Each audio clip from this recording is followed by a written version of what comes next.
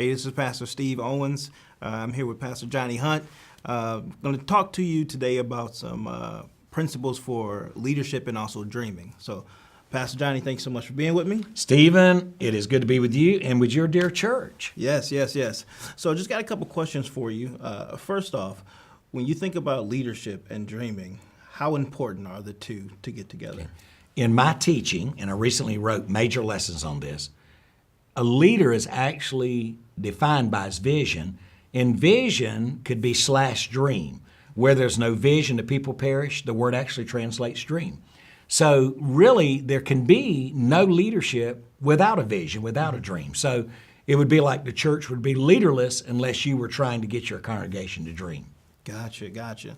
And so when you think about some pitfalls that leaders may have when they begin to think about, the dream that the Lord has given them, what are some pitfalls that they should think about? Well, we're constantly redefining and defining our dream. So a guy sometimes is fearful of getting started with the dream because he's afraid he may fail in areas. Well, I can help you there. Yeah. You will. Yeah. But what we do, we'll actually begin to realize what doesn't work, what God is blessing. But I believe the reason there's so much indecisiveness when it comes to dreaming and leaders is you feel like I've got to get it right. No, none of us are perfect. I don't have perfect faith. I don't have perfect knowledge and won't till I get to heaven. Yeah. So I'm going to make mistakes. All great leaders do. But if we fall in the right direction, it's good leadership. Gotcha. So just walking around this amazing campus here, would you say some aspects of dreaming came into play when you were thinking about what God was going to do here? I'll give you what I think is one of the single greatest leadership statements. If you don't see it before you see it, you'll never see it. So vision is really visualizing what could be. Vision for my life. I could be better. I could learn more. I could preach better. I can engage better. It's just, where do you stop dreaming? I don't want to be better than others. I want to be the best me.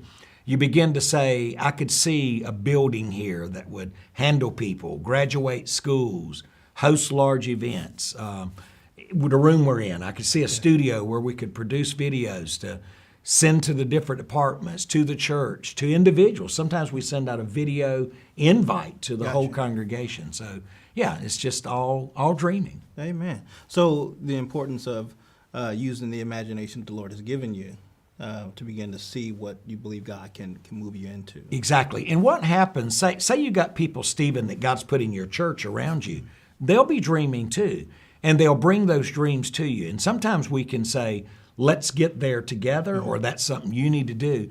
But if we don't encourage our people to keep dreaming, it's kind of like we put a lid on them. Gotcha. And they'll come to us, and if they keep kind of hitting the lid, well, after a while, what we do is just finally, they quit telling us. So our people constantly, I quoted today somebody that said, have you ever thought of this? Yes. And I thought, what a great thought, and it became part of my sermon. Yeah.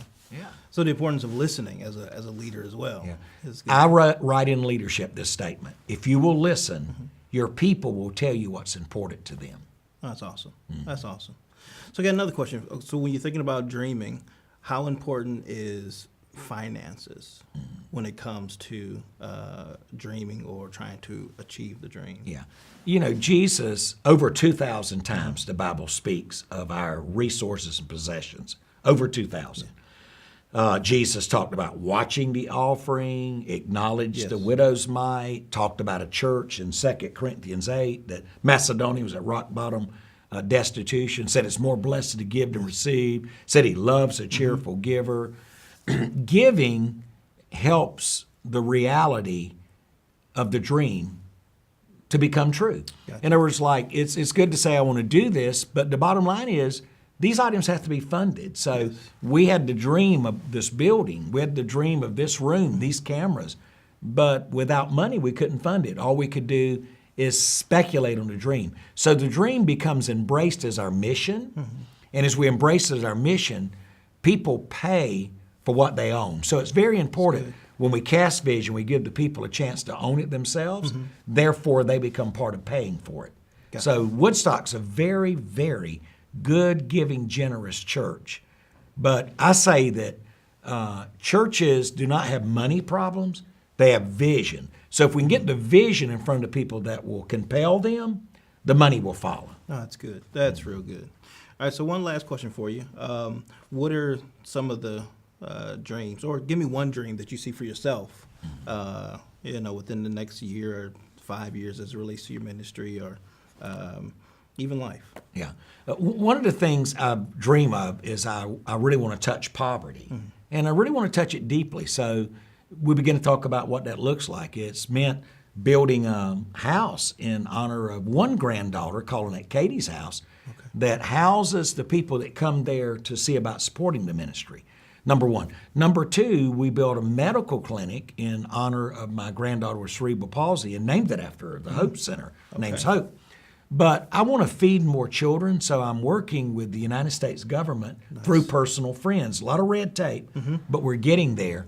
And where I'm personally feeding 3 children a day for the year, if this comes through, and I'm assured that it will, I'll feed 9,000 a day. Gotcha. So really, God oftentimes puts people in our life, or when we begin to dream, He brings people that may not even be a part of our ministry, but the dream attracts them. They want to be part of that kind of church, and they'll help fund the vision.